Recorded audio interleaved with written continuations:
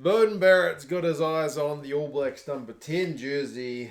That's what's in the media at the moment. If you haven't seen it, Beauden Barrett was on a Zoom call with TJ Perenara was on there as well. He was asked about his rugby league options and whatnot.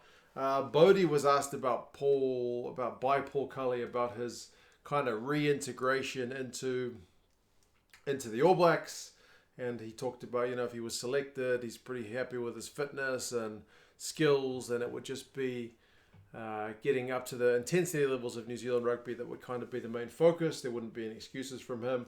And then the follow-up question was about whether he would, want to be kind of an out-and-out 10 in the All Blacks jersey rather than this kind of hybrid 10-15 guy.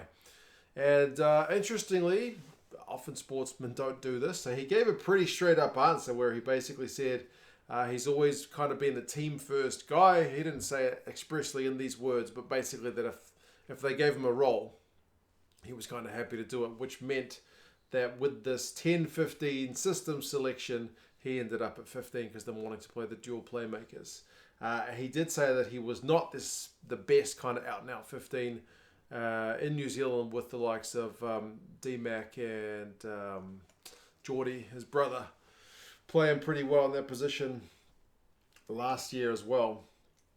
He also recognised that going forward, there's three guys putting their hands up for 15 with the two I just mentioned plus Will Jordan, and it kind of gives him to be a desire to be the best 10 he can be, because he's playing 10 over at the moment for Suntory in Japan. So, yeah, it's kind of an interesting one. I love the fact that he gave kind of a straight up answer. Puts an interesting little ball in Ian Foster's court. Not that I would say he's dictating terms by any means. He was just asked a question and he gave an answer. He sees himself as a 10 rather than a 10-15 utility, which is the way the All Blacks have been using him. But if he came back now, and I know he's in good form in Japan, would he be the All Blacks starting 10? I don't think so. I think that'd be Mo'unga all day of the week. One of the risks, I guess, of these sabbaticals is that when you come back, the rugby may have moved on. And even when Bodie was here, he kind of lost the starting 10 job to Richie and ended up being in that role as a 10-15 kind of dual playmaker guy. But he still, he signed that contract with the Blues, which gave him rights to exercise. He was able to take an extended rest period and then play some time with the Blues, and then another period where he could go off and play in Japan. So the fact that Richie Mo'unga has just kind of gone from strength to strength, at least at the Crusaders level, is not surprising. And I still think that 10 jersey is all Mo'unga's at the moment. Do I think Bodie will definitely be in the squad? Yes. Could you argue he can be a better 10 than Richie? Yes, because at test level, Richie hasn't really hit those full, that full level that he achieves all the time at Super Rugby level.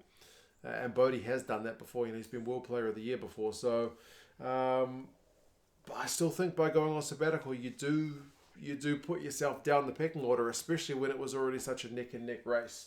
I thought also who's currently on sabbatical, along with Bodie, and the two guys I can think of as Brodie Retallick and TJ Perenara. I'm not sure if there's others. There probably are. But an actual sabbatical where they are, supposed to come back to New Zealand and play for the All Blacks. There's times when guys just leave and then try to come back. But actually on sabbatical, Retallick and Perenara. Do I think if there was an All Blacks side named tomorrow that these two guys would probably start? Retallick could probably get in straight up. I think he's something else. Perenara, he'd still be on the bench, I reckon. Bodie, like I said, I don't think he gets straight back in. Other guys who've kind of done it in the past, it hasn't really affected them too much, but it's interesting to see the shift in the way the kind of sabbatical clauses are going. Guys who've used them previously, Dan Carter had a couple. He went to France for the money-making option where he got injured.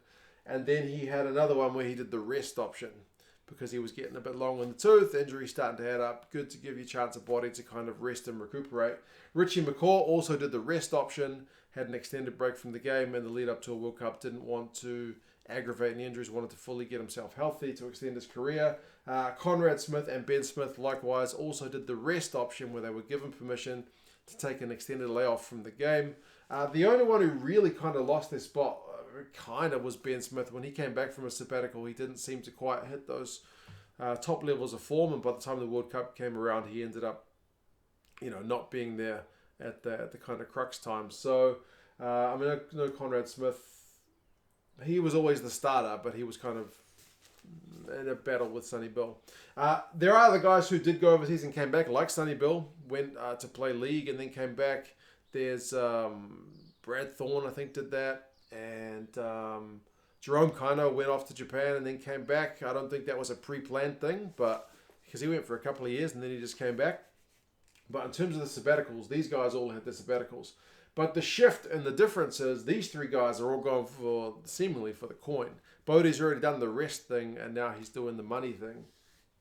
But I do think you have to be a pretty special player to be able to take the sabbatical, come back and slot straight back in where you left. I mean, you look at some of the guys on this list. Whitelock obviously came back kind of early with the COVID thing and got straight back into his rugby, whereas Retallick opted to keep resting. It's hard because I know Beauden's double World Player of the Year, but he's always been neck and neck with Mo'unga for like the last few years. So I know he's saying that he wants to compete for a spot.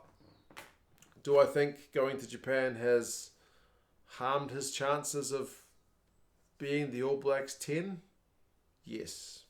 I would say if he was playing for the Blues and he was setting the world alight at 10, he would give Ian Foster and the other selectors a genuine question to answer. The fact that he's doing really well in Japan, I don't think counts for as much. Anyway, just an interesting one because, like I said, he did speak pretty openly. And honestly, I like Beauden. I hope he comes back. It is a bit grating as a Blues fan that we signed him and then it had all these stipulations that he could take all this time off. But like I've said, he's far from the first guy to take a bit of time off. The guys over there earning some extra coin. Michael Hooper's doing the same thing for the Aussies. It's just one of the things that's currently just going to be normal between World Cups, I would say. But I hope he comes back and I hope he puts up a fight for the 10 jersey because the 15 jersey might be just a bridge too far with the way some of the other guys are playing. But anyway, you guys let me know your thoughts.